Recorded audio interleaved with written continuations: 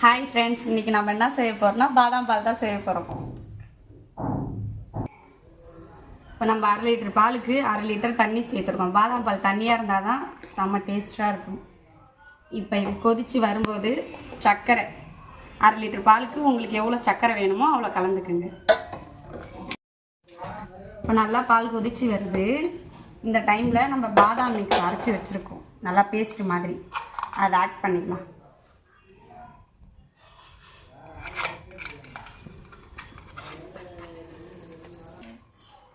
இப்போ பாதாம் பால் கொட்டி நல்லா திக்காகிடுச்சு. வந்து உங்கள்கிட்ட பாதாம் பால் மிக்ஸ் இருந்தால் நீங்கள் போட்டுக்கலாம், இல்லைன்னா வேணாம், விட்டுருலாம். நான் 2 ஸ்பூன் பாதாம் பால் மிக்ஸ் போட்டுக்கிறேன்.